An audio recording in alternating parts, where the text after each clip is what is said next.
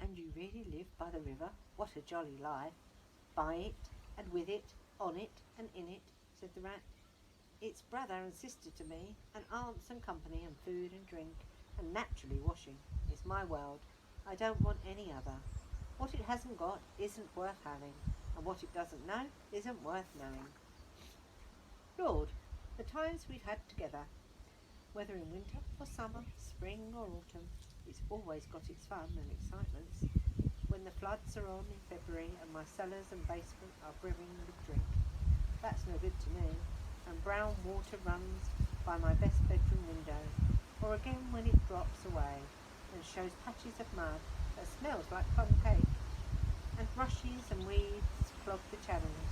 I can potter about, dry shod, over most of the bed of it, and find fresh food to eat, and things carelessly people have dropped out of boats.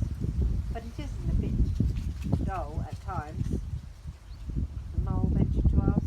Just you and the river, and no one else to pass word with. No one else too. Well, I mustn't be hard on you, said the rat, with forbearance. You're new to it, and of course you don't know. The bank is so crowded nowadays that many people are moving away altogether. Oh no, it isn't what it used to be at all. Otters, kingfishers, dabchicks, moorhens, all of them, about all day long, and always wanting you to do something, as if a fellow had no business of his own to attend to. What lies over there? Asked Mole, waving a paw towards the background of woodland, that dark framed and water meadows on the side of the river. That? Oh, that's just the wild wood, said Ratty shortly. We don't go there very much, we river bankers. Aren't they? Aren't they very nice people in there? Said the Mole in a trifle nervously.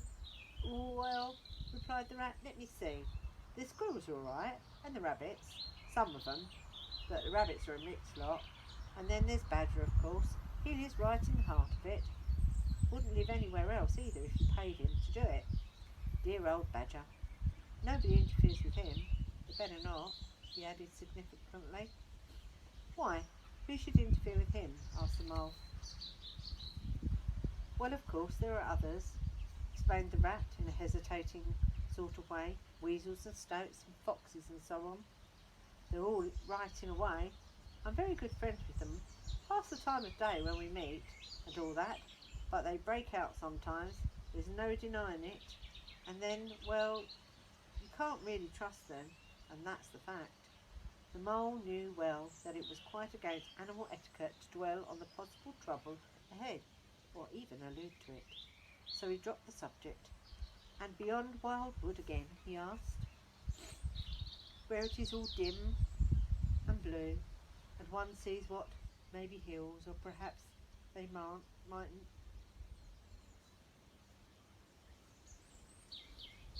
and something like the smoke of towns, or is it only cloud drift? Beyond the wild wood comes the wild world, said the rat, and that's something that doesn't matter, either to you or me. I've never been there, and I'm never going, nor you either, if you've got any sense at all. Don't ever refer to it again, please.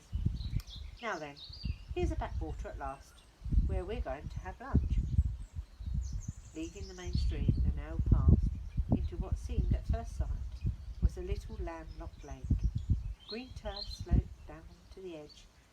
Brown, snaky tree roots gleamed below the surface of the quiet water, while ahead of them the silvery shoulder and foamy tumbling of the weir, arm in arm with a restless, dripping mill-wheel that held up its turn a grey gravelled mill-house, filled the air with a soothing murmur of sound, dull and smothery, yet with all the clear voices speaking up cheerfully out of it at intervals.